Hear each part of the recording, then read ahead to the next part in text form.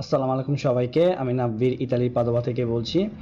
আজকে আমরা আলোচনা করব ডিক্রেতো মিনিস্টেরিয়ালে del 13 ottobre, যেটা 13 অক্টোবর যে এই ডিক্রিটা প্রকাশ করা হয়েছে মন্ত্রণালয় থেকে, যেখানে বাংলাদেশের কথা উল্লেখ আছে যে কার্তা সৌজন্যধারী ব্যক্তিরা ইতালিতে ফিরে আসতে পারবেন। তো এই বিষয়ে আলোচনা করার আগে আমি আপনাদেরকে সাজেস্ট করব আমার চ্যানেল সাবস্ক্রাইব করার জন্য। আমার চ্যানেলের নাম হচ্ছে নাব্বির ইউটিউব। যারা আমাকে অলরেডি ফলো করেন তারা জানেন আমি টাইম টু টাইম আপডেট দিয়ে থাকি, ডিগ্রিগুলি পড়ে পড়ে শুনে, যাতে সবাই বুঝতে পারে কি লেখা আছে। তো আজকে আমি সেটাই করবো ইনশাল্লাহ। তার আগে আমি আপনাদের কার্ডটা সাজেস্ট করব আমার ভিডিওগুলি শেয়ার করবেন, যাতে অন্যান্য ভাই বোনরা উপকৃত হতে পারে, এবং যারা পড়তে পারে ইতালিয়ান তারা যেন ভালো মতো দেখে বুঝে আসলে ডিগ্রিতে কি লেখা আছে। তো চলুন আমরা দেখি এক ফাঁকে এই 13 অক্টোবর যে ডিক্রিটা প্রকাশ করা হয়েছে। এটা একটা 20 পৃষ্ঠার ডিক্রি, 12টি আর্টিকেল আছে। তো আমরা জাস্ট একটি আর্টিকেল নিয়ে পড়বো, এটা হলো আর্টিকেল নাম্বার 4, যেখানে এই বাংলাদেশে আটককৃত, বাংলাদেশ বাদে অন্যান্য যেসব দেশ ব্লক করে রাখা হয়েছে তার এইসব দেশ থেকে কিভাবে মানুষ আসতে পারবে, কোন কোন কন্ডিশনে। তো আপনারা দেখতে পাচ্ছেন যে আর্টিকেলের টাইটেলটাই হচ্ছে লিমিটাzioni agli spostamenti da e per l'estero। তো অ্যাজ ইউজুয়াল আমি ইতালি বাংলা মিক্সড করব। তো এখানে প্রথম পয়েন্টে উল্লেখ করা আছে যে এলেঙ্কো এ এবং এলেঙ্কো এফ এ অবস্থিত যেসব দেশগুলির নাম উল্লেখ করা আছে, এসব দেশ থেকে মানুষ আসতে পারবে না, তাদের জন্য sono vietati gli spostamenti, যারা বিশেষ করে 14 দিন ওইসব দেশে ছিল এলেঙ্কো এফ এর উল্লেখিত। কিন্তু কিছু এক্সেপশন আছে, কিন্তু তার আগে আমি আপনাদেরকে দেখাবো এই এলেঙ্কো গুলি কিভাবে করা হয়েছে। তো আমার সামনে এই যে এলেঙ্কোটা আছে, এটা 7/9/2020 তৈরি করা আলেগাতো 20, যেখানে আপনারা দেখতে পাচ্ছেন 6টি এলেঙ্কো আছে। তার মধ্যে এলেঙ্কো এফ এর মধ্যে বাংলাদেশের নাম আছে, যেটা প্রযোজ্য 9 জুলাই 2020 থেকে। ওকে, সুতরাং এলেঙ্কো এফ বললেই আপনারা বুঝতে পারবেন এটা বাংলাদেশের নাম এখানে উল্লেখ করা আছে। তো আমরা আর্টিকেলে ফিরে যাই। যেখানে বললাম আর কি যে eরা sono vietati gli spostamenti da per stati territori di cui all'elenco E dell'allegato 20, এবং যারা যেই সব দেশগুলো এলেঙ্কো এফ এ অবস্থিত ওইসব দেশে যদি কেউ 14 দিন থাকে তাদের জন্য ইতালিতে প্রবেশ নিষেধ। তবে শর্ত সাপেক্ষে কিছু এক্সেপশন আছে, যেমন per esigenze lavorative, কাজের জন্য বা কোনো আর্জেন্ট বিষয় থাকলে, assoluta urgenza, esigenze di salute, স্বাস্থ্যগত বিষয় বা লেখাপড়ার বিষয়, বা rientro presso il proprio domicilio, abitazione, residenza, নিজস্ব যে বাসা আছে বাসায় ফিরে যাওয়ার জন্য, এইসব ক্ষেত্রে এক্সেপশন দেওয়া হয়েছে। এলেঙ্কো এফ এও কিছু দেশের নাম উল্লেখ করা আছে ব্রেক্সিটের কারণে, আপনারা জানেন আউট হয়ে গেছে ইংল্যান্ড, ইউনাইটেড কিংডম, রেনিও উনিতো, দি গ্র্যান্ড ব্রিটানিয়া, ইরলান্ডা, ওদের কথা উল্লেখ করা আছে। তারপরে পয়েন্ট জিতে উল্লেখ করা আছে ingresso nel territorio nazionale da parte di familiari delle persone fisiche di cui alla lettera F। F এ যেসব দেশের কথা উল্লেখ করা আছে ওদের যে পারিবারিক যে লোকজন আছে, ফ্যামিলি মেম্বার, তাদের কথা উল্লেখ করা আছে, তারাও ঢুকতে পারবে। তো এখন আমরা দেখব বিশেষ করে পয়েন্ট এইচ।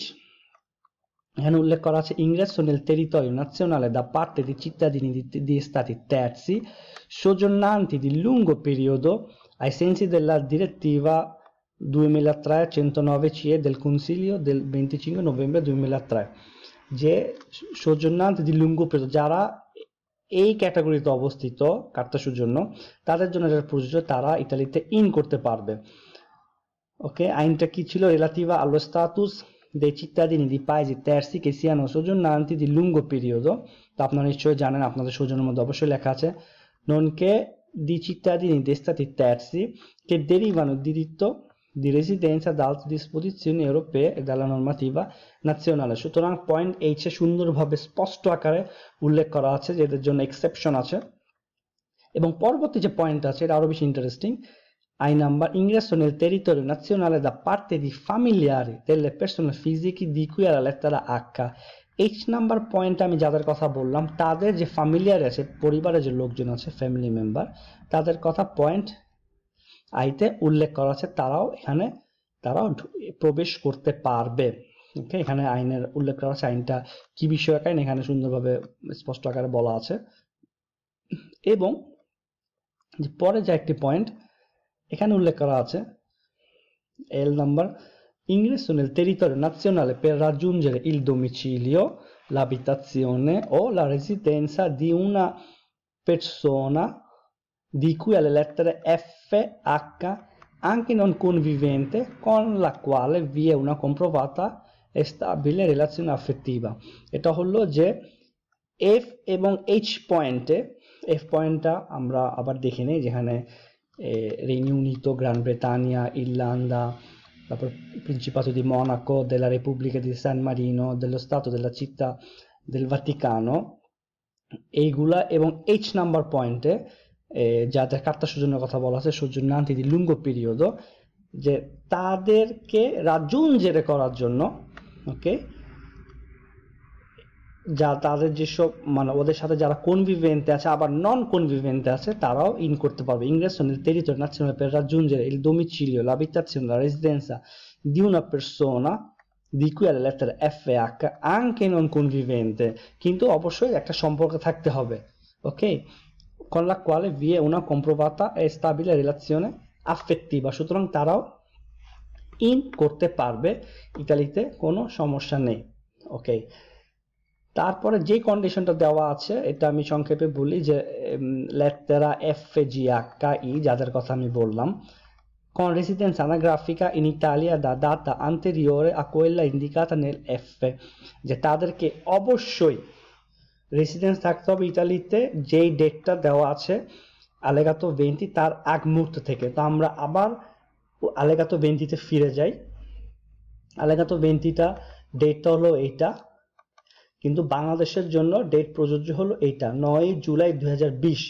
তো 9 জুলাই 2020 থেকে যাদের রেসিডেন্স আছে, সরি এর আগ থেকে যাদের রেসিডেন্স আছে, বি কেয়ারফুল, ডাটা আন্টেরিয়রে আ কোয়েল্লা ইন্ডিকাতা, সুতরাং আগ থেকে যাদের রেসিডেন্স আছে, আমরা যতটুকু জানি সবাই জানি যে যারা বাংলাদেশে আটকা পড়েছে তাদের রেসিডেন্স অবশ্যই এর আগে থেকে আছে, কারণ তারা এর আগে থেকেই ইতালি থেকে বাংলাদেশে গিয়েছিল এবং তারা আটকা পড়েছিল, সুতরাং তারা এটার মধ্যে পড়ে।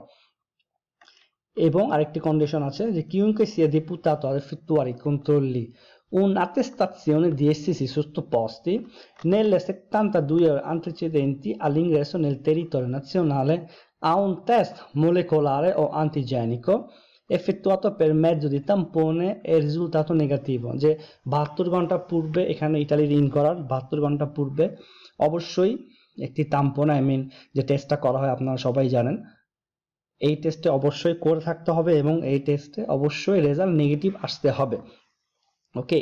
এই কন্ডিশনে অবশ্যই এই কন্ডিশন ফুলফিল করলে অবশ্যই আপনারা ইতালিতে ইন করতে পারবেন। তো এই ডিগ্রিটা অ্যাকচুয়ালি 13ই অক্টোবরের ডিগ্রি, এটা 14 তারিখে, আমি যতটুকু জানি 14 তারিখে প্রকাশ হয়েছে, গতকাল রাতে প্রকাশ হয়েছে, যদি ভুল না হয়ে থাকে, ভুল হয়ে থাকলে অবশ্যই ক্ষমার দৃষ্টি দেখবেন আপনারা। আজকে 15ই অক্টোবর, সুতরাং রিসেন্টলি এটা প্রকাশ করা হয়েছে। এবং আমি যতটুকু খবর পেয়েছি যে এয়ারলাইন্স নাকি টিকিট ইস্যু করার সিদ্ধান্ত নিচ্ছে, তারপরও কনফার্মেশন আপনারা পাবেন ইনশাল্লাহ কয়েক ঘন্টার মধ্যে, সুতরাং আপনারা যোগাযোগ করতে থাকুন আপনাদের এয়ারলাইন্স কোম্পানির সাথে।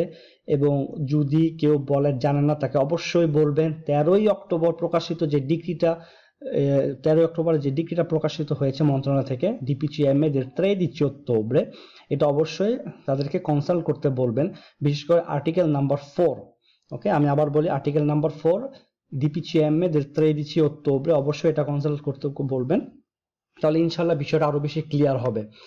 আর যাদের টিকিটের প্রয়োজন হবে তারা কোম্পানি এয়ারলাইন্স কোম্পানির সাথে যোগাযোগ করতে পারেন বা আমার সাথেও যোগাযোগ করতে পারবেন। আমি যতটুকু সম্ভব চেষ্টা করব আপনাদের টিকিট ম্যানেজ করে দেওয়ার জন্য। তবে অবশ্যই এয়ারলাইন্স থেকে কনফার্মেশন আসতে হবে যে টিকিট তারা ইস্যু করা স্টার্ট করেছে, যেসব ক্যাটাগরির লোকদের কথা বলা আছে তাদের জন্য। আর আরেকটা সাজেস্ট করতে চাই, এটা হলো যাদের ভিসা যাদের সৌজন্য শেষ হয়ে গেছে তারা রিএন্ট্রি ভিসার জন্য যে অ্যাপ্লাই করার বিষয়টা, এটা বিষয়ে ইনফরমেশন নেওয়া শুরু করুন, যেহেতু ফ্লাইট স্টার্ট হয়ে গিয়েছে। তা আশা করি আস্তে আস্তে সবগুলি ওপেন হবে এবং রিএন্ট্রি ভিসা যারা নিবে তারাও হয়তো ভিসা নিয়ে আসতে পারবে ইনশাল্লাহ।